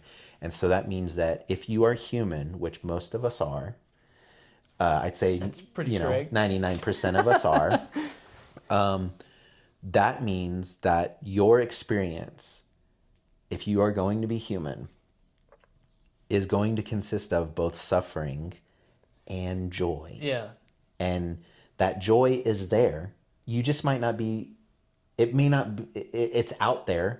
It may not be directly in front of you right now, but maybe 6 months down the line, it's there waiting for you. And to dip out before you get there would be a tragedy. Just keep trucking. Yeah. And that doesn't mean that you can't be mad or sad. Doesn't mean you can't cry. It doesn't mean that you can't self-medicate. I'd rather you didn't. But like all of the ways that you use to cope and get through this time that's suffering, I do not blame you for 1 second, because I did it too. And I'm by no means trying to talk like I've arrived to the joy part. I'm just saying it's both. Yeah. None of us are Sisyphus. None of us are destined to roll the rock up the hill and it come back down and us suffer that whole time. Yeah, no matter how much you think you are. We're not that. We're all the possibility of suffering and joy to exist in our life is there for all of us. And it's just some of it is our willingness to play the role of the joy person in other people's lives. Yeah. Because it's not just going to happen for a person in a vacuum. Yeah. It's us participating in their life. Yes. So think about all the people that had to participate in your... Had they not been attentive, which back to the crowd work thing, active listening, active being aware of what's going on around you, that's how you help each other. That's how we survive, is by being there for each other. And that's super, like, you know, wispy and idealistic, but it works, I think. Well, we love that. That's you've said a lot of things I could probably put on a bumper sticker right now. But what would you say? I think it's a good segue to kind of like put a label on what is the advice. I was pulling a bunch of those things. Where you'd be like what would your advice? Like you've kind of said that all along. Yeah. But just kind of, why don't you just like say it again? Maybe so you can put a timestamp as like, if you don't want to listen to the hour of Remy talking, here's how he sums it all up. I just like the clean, like, it'll probably be the title for one, but also just like, oh man, I know that you like life is joy and suffering. I mean, but maybe just put all that into put a bow on it. Yeah, I think what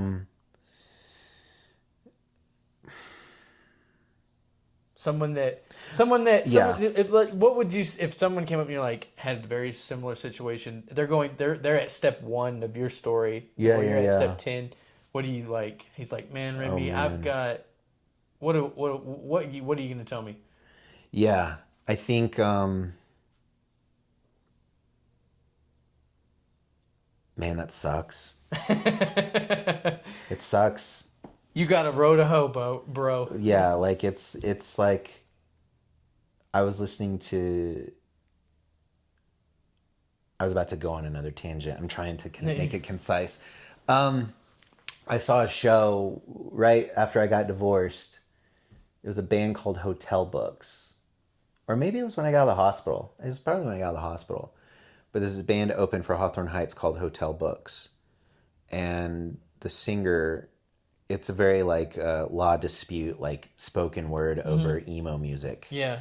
And the singer, he goes near the end of a set, he's like, if there's one thing that I could tell you, it's to stay and to do your best to help other people, or he says to stay alive. He says, the one thing I ask you is to stay alive and do your best to help other people stay alive.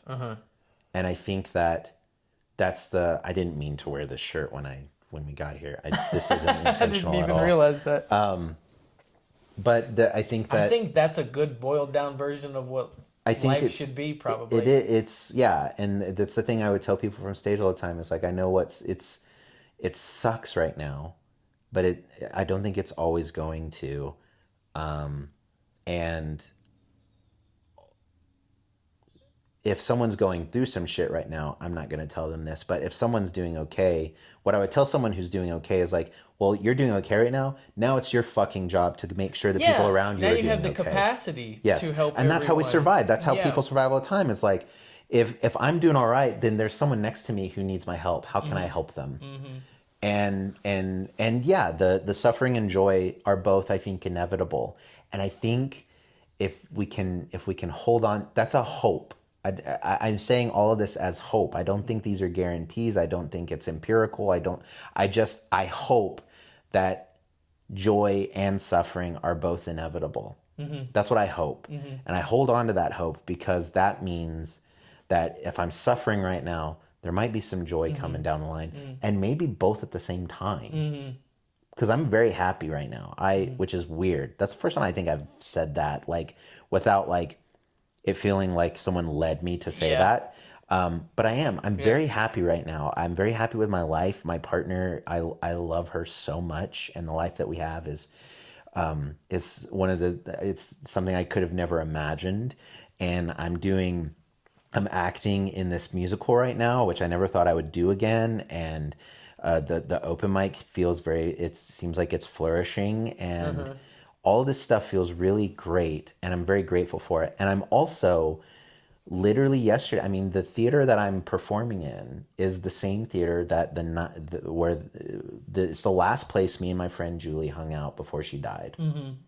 And every show I go and I sit in the seats that we sat in, and I just take a minute and I absorb that I'm here and I'm in this room, and I'm doing the play we went to see was an Andrew Lloyd Webber show. The show I'm in is an Andrew Lloyd Webber show.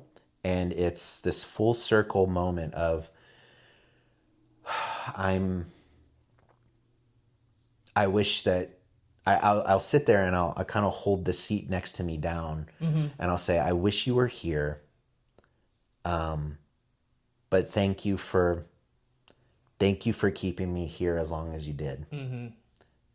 Because now I get to go and and I'm not leaving my friend behind in my mind. She's still always going to be there. I'm going to try to say her name all the time, but I'm living this life that I remember when Julie was around, I met this girl who, was interested in me and I was interested in her.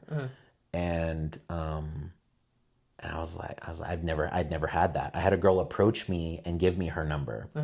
Had never happened to me before.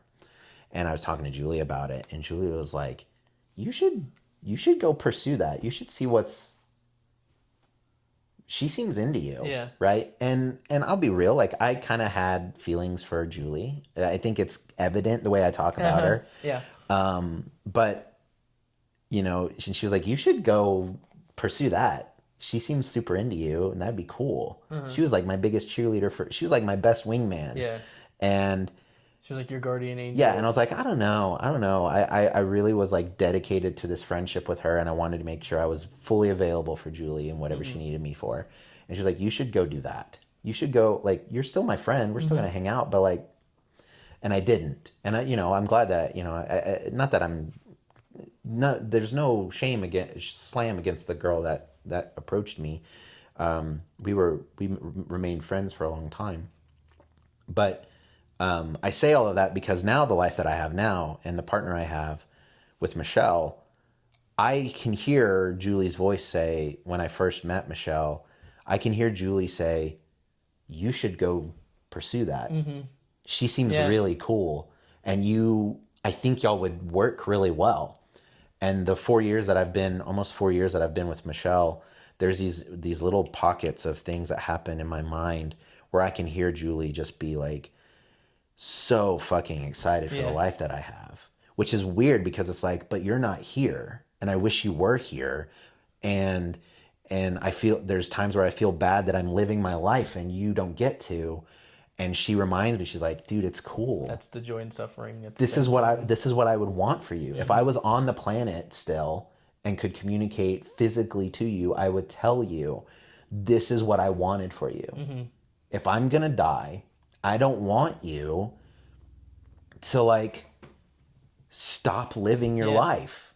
That's almost worse, to be breathing on the planet and basically be dead anyway. She would want me to go and thrive and grow and live my life and meet Michelle and live the life I'm living. And I'm the happiest I've ever been. And I'm also like, man, I wish and my mom too, I wish they were both here to see where I wound up, where I landed on my feet. Because both of them kind of saw me in seasons where I wasn't sure what my footing was going to be. And I would love for them to see where I'm at now. To just be like, fuck yeah, dude, hell yeah. And that makes me very sad to think about that, but also like, man, I'm also I couldn't be luckier, which is weird, which makes writing emo music really hard, which I think is also why I stopped doing the band thing. Yeah, that gives me chills. You thinking about like sitting in the chair, kind of like having her chair here and her just being like, go do that. Yeah. It's wild. I think that's it right there. Yeah. I think we did it. Yeah? Yeah. Okay. That was that was it. That was really good. Well, thanks, man. Yeah. You got me emotional a little bit, but okay. Well, I really appreciate you coming on, man. I really do. Okay, yeah. We don't want to answer a question or anything. We've gone a while. Yeah, now. I figured. What do you want to answer one question? I can. We'll derail our little emotional. I don't want. The reason I say that is because I don't want to leave. You want to leave on a... I want to acknowledge that I'm very grateful that you allowed yourself to get a little emotional, but I also know your show isn't typically this kind of space. Well, we don't have any rules. You know what I mean? This show, so. Yeah. So, but I do want to, you know, you know what we can do to lighten it up? Yeah. Is just the question that I was a big fan of the question that you asked Colin. Yeah. And I didn't realize it was going to be this good, but it was. Why or do comedians want to be rock stars? Mm-hmm. That was the question to him. Colin's question is, do rock stars want to be comedians? Yeah, I think so. I think so. I think there's a vulnerability. This is just my gut reaction, and I might be talking out of my ass. There's a vulnerability for comedians. They don't have anything to hide behind, so it's just them. And the idea of being a rock star is there's all this facade. There's sometimes literally an instrument that you can hide behind, and you can still get all the accolade, right? Uh-huh. So I think sometimes comedians are afraid of being seen, like actually seen, which is why there's all the jokes, right? It's a reflection. Uh-huh. Rock stars, musicians, they're writing all this music, and they desperately want someone to see them. Uh-huh. And the music they're writing, at least for me, was like, I want someone to hear what I'm feeling. Please see me. And it gets mucked up with the music. People are just like, I'm just here for the music. Yeah. Right? So the idea of being able to like, to connect at a level that's deeper than just, you like my music. Yeah. And where it's like, do they like me? Yeah, exactly. And so I think there's a level of that. I think also just like, there's something, I think getting a laugh is harder than cheers. Mm-hmm. Getting a cheer. Yeah. And there's something really attractive. And if you've ever made someone laugh in a conversation, it feels so good. It feels so good. And we're chasing that, and it's hard. Yeah. It is so hard to do it. It's admirable to watch comedians, because like I don't consider, I try to say that because I know the thing I'm doing at Open Mic now, where I'm asking, and I'm going to own up to it right now. I feel like I've said it from stage. I stole what is your favorite thing right now from comedian Mike Falzone. Okay. He does this show called Surrounded. You said you got that from your counselor. I got the idea to talk to people from my counselor. Okay. And then I'm like, how can I talk to people that isn't just me saying, well, what do you do? Uh-huh. You know? And I had just watched Mike's special called What's Your Favorite Thing? And Mike's whole... This is a great question. He runs a show called Surrounded. It's a crowd work comedy show in Hollywood. And he tours around with it and stuff. And I think Mike is one of the funniest people that of recent time. And a lot of it is because he knows how to interact with people in a show. Yeah. But I saw him ask that question once, or he did that special, and I was like, I like that. And then I had been talking to my therapist about feeling lonely. And she was like pushing, like, you have to be intentional about talking to people. Mm-hmm. And I was like, well, I have an open mic. I could just do the thing where I say the shit and then introduce people and have them come up, which I'm sure some performers wished I did that instead of talk for 5 minutes. But I started asking people. Well, I think you're stewarding a I want people to feel like we're all doing this thing together. Yeah. But like, you keep everybody super engaged with that too, though. And that's part of why I appreciate it. But back to that's ever a problem with the crowd there, but yeah, sometimes it can be. Yeah, maybe. And so it's nice to have someone who, like, the pressure on me to be funny is not there. Mm-hmm. I'm not up there to Which be. Is probably great. I'm just like, I'm not. That's why I say I try to tell people. That's like a preacher being funny. Yeah. Like, coming back. Yes. Yeah. Because preachers can be very, very funny. Yeah. They can lay out a line. Yeah. Because they don't have to. Right. And it kills. And then sometimes it doesn't kill. Sam Kinison became a comedian. Yeah. He was a preacher. But I think I try to tell people when I'm up on stage at open mic, I'm like, I'm not here to do comedy. Uh-huh. I know this feels like crowd work. I'm literally just trying to talk to you. Uh-huh. I don't know where I was going with that, but I love that the rock stars wanting to be comedians, right? Yeah.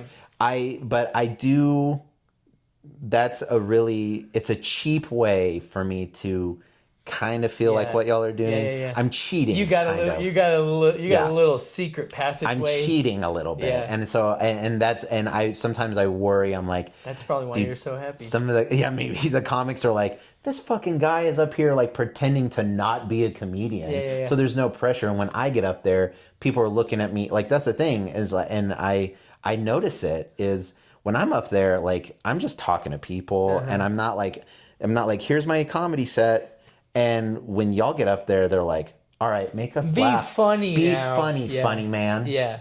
And that's very unfair. I am jealous of you sometimes how you can like you get to go up there and just do crowd work. I wish I could do that. Yeah. Like cuz it's hard to just do crowd work. And so that is something that and you make it very funny and you've gotten good at it. If you do it enough, you get good at it. So you get and you've done it and it's always really funny and sometimes I learn from you, but sometimes you make mine look bad. So that's yeah. Sometimes I'll just straight up do what you did. I'll just be like, "What's your favorite thing?" I've noticed that, and I like that. And I wish I could write jokes. Like that's the thing is I can't. I have some ideas, but like I don't think that's my in route. I just like really like talking to people and I like getting people engaged with whatever we're doing. And so which is great. Yeah. And I think it's helpful because it's like, okay, the people are getting primed to having someone talk at them for a little bit. And it's like, if I can make the room feel warm, like, hey, we're all here together. Everybody's always willing to talk back to you. Yeah. Cause that's a testament to the type of crowd that's there. But that's also like, you've kind of shaped that. Yeah. Where like no one would ever just go, I'm not going to answer you. But they're all like willing. Yeah, there's a few that I can, and that's the thing is I can read when they aren't. I'm like, and I kind of make a joke of it where I'm like, you don't really want to talk to me right now. Yeah, and that's part of crowd work. Yeah. And I think what's helpful, so to come back to you, the reason that people are more willing to talk to you too, is because I think you do the same thing that I do, but you're approaching it as a comedian of, I'm not going to make fun of you. I'm not here. Exactly. I'm not here to hurt your feelings. I'm not here to attack you.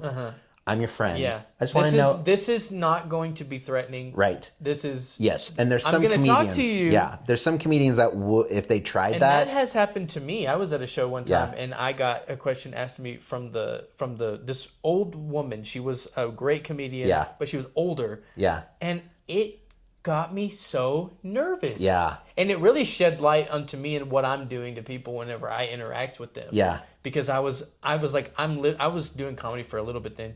I would literally be more comfortable being on stage with her right now than I am her asking me this question right now. Yeah. And so it made me realize that you really need to understand that if you want to get the most out of it, you could just roast their clothes. Yeah. And then now they're not going to laugh at you and everybody else may or may not laugh. Yeah. And it's like, but that's not a great, that's not a great way to get. There's a funny Birbiglia bit where he talks about how he was going to try to do crowd work. He lied about how much time, it was when he first started. There's a bit that he does in one of his specials where he talks about when he first started doing comedy. And someone asked him, do you have this much time? It was like 10 minutes or something. And I said, yeah, I've got 10. And he had like 2. And he had 2. And he's like, what I did was I lied. Yeah. And he's like, and so I did my material, and then I saw a guy was like, hey, look at that shirt. Yeah. And he tried to do crowd work and make fun of some dude's shirt. And that's what you think it is making fun of him. Yeah. But, and maybe there was a time where it was that. But I think there's the crowd. I think the crowd is different now where there are some people that look forward to getting roasted, but a lot of people are, especially at the 806, I think, are like... And that just has to be your style. Yeah. That's just not my style. Yeah. Even if that was what was working right now, that would still not be what I was going to be doing. And there's some people... Yeah, because I think someone like... No matter whatever you think about Matt Rife is one of those guys that could make fun of people. Yeah. But I see Pete Holmes posting crowd work stuff now too, which... And it's fun to watch him because he's like, I promise you I'm not going to make fun of you. I'm not asking you this thing so I can make fun of you. Trust me, we're both friends here. And there's different styles of talking to people too. And I think it's about training a comedy crowd to know that not every comic is going to be up there to make fun of you. There are a lot of them. Yes. will be there to make fun of you. Yeah. But not all of them. And the more open, and that's why I still like having comics up there, is because it gives the crowd at the 806 an opportunity to kind of be stretched a little bit, and I think it helps everybody, because it, like, to kind of circle back to the beginning of the show, it helps sharpen you guys on how to know what works and what doesn't work for every room, but it also lets the crowd not have to take themselves as seriously as they'd like to, because it's okay. Again, we're living in a time where things are both infinitely significant and all entirely unimportant. Maybe that's the bumper sticker right there. So, well, comedians rock stars. I think rock stars want to be comedians because they just want to be fun. Getting a laugh. If we want to boil it down to a simple thing, I think getting someone to laugh feels way better than getting someone to cheer for a thing that you played on guitar. I wish it was easier. Comedy, getting people to laugh. Yep. I think then everybody would be doing comedy. That's true too. That's kind of the barrier to entry, is that people go. There's a certain kind of breed of masochist that wants to be a comedian, and I admire it. All you guys that do it, I admire it. And there's definitely some material that I'm like, I wouldn't have done that, but like I admire the attempt, because it's like part of the experience is learning how to bomb, learning rejection. And when I wanted to be an actor, that was a thing when I was younger, wanting to be an actor, that I didn't think I wouldn't have been able to handle. And now being 36 and everything I've been through, the auditions I've done at ALT, I auditioned for Cuckoo's Nest and I didn't get it. And I wasn't devastated by it. That rejection was fine. And I could go and do the thing I want to do and not be afraid of the rejection. Yeah. Which if I was at 21, I wouldn't have been able to handle that. I'd be like, well, fuck this. I'm not doing this ever again. Yeah. So I'm a different species of human being than when I first started doing this. Yeah. And it's just, it's things, calluses you develop. Yeah. And to answer you told me another Colin's questions. Yes, I do keep calluses on my fingers. And I haven't asked anyone. I don't know. I mean, because I can't use this hand, so I can only use this hand. So I play guitar with this hand, but also I do everything else with this hand. And I don't know. I don't know if they do. He doesn't know Colin if girls think it's gross that he has calluses on his hands. Yeah, I think my partner loves me enough that she is willing to put up with how gross my fingertips are. Of all the cool things there are about rock stars, you're going to say that their fingers are gross. And they are pretty gross. It's not, mine are kind of wearing down because I don't play as much anymore, but I do have calluses on my fingers and they sometimes can get really dry and gross and they're not pleasant. But it is what Colin. It is. There you go. That's a weird question to ask, Colin. You weirdo. That's here we are. Well, thanks for coming. Yeah, thanks for talking to me so long, and sorry we went long. I appreciate you coming. That was my first non-comedian. That was really great. Yeah. I think if people will listen to that, they'll get a lot out of that. I know I did. Well, I'm glad. I don't know how long this actually went, and I'm sorry if it went super long. We'll have a longer episode. Yeah. I'll just say that. Yeah. And that's just fine. Yeah. If you want to cut it into pieces, we can. I won't. Fair enough. Okay. Well, now, so where can everybody find you? Oh, yeah. So you can follow me on everything Remy Todd, REMYTODD. I have a I'll put your Instagram when I post it. Perfect. I have a podcast that. Oh yes, he has a podcast, so it's not out yet, but it will. So I do stuff with Amarillo Rocks. So if you follow Amarillo Rocks, I still kind of do stuff with them. But I also have my own show that's coming out probably in the next month or so called Put It on the Fridge. It's a podcast about creativity. You can find that at On the Fridge Pod. On the Fridge Pod. And if you. Yeah, I don't know. Catch a open mic every second, third, and fourth Wednesday. We do open mics. If you have poetry, comedy, music, magic, Or if whatever. you like coffee and you want to watch If you like coffee, yeah, or vegetarian-friendly food. veggie pizza. Super good. Yeah. Great place to come and just see. Just meet the people. Oh, dude, and it's so fun to see these kids make art, Yeah. which I think is how the world stays beautiful, and how we help heal it is by continuing to make beautiful things. And the more humans make stuff, the less room there is for AI to make their bullshit. And that's always a good thing. The less space for AI to do stuff is the better. Next time I'll have you on, we'll have a whole episode about AI probably. Yeah, I would love to come back and actually talk about stuff that's not just my tragic story that I thought I was going to stop talking about. One. Well, the one that can help the people the most. The hard part is I talked about it so much, but I also forget that there are a lot of people that don't know, because I don't think you knew. I didn't. Yeah, so that was genuine reaction. I did not know that, and I probably should have, but I mean, I've kind of, I don't know, I consider you a friend now. Yeah, I've considered you a homie for a while, and I think I think you're not to glaze you, as the kids say, but I love that word, dude. I think I've watched, and then I promise I'll shut up. I've watched from early on when you started coming back to Mike's, and I saw you doing stuff.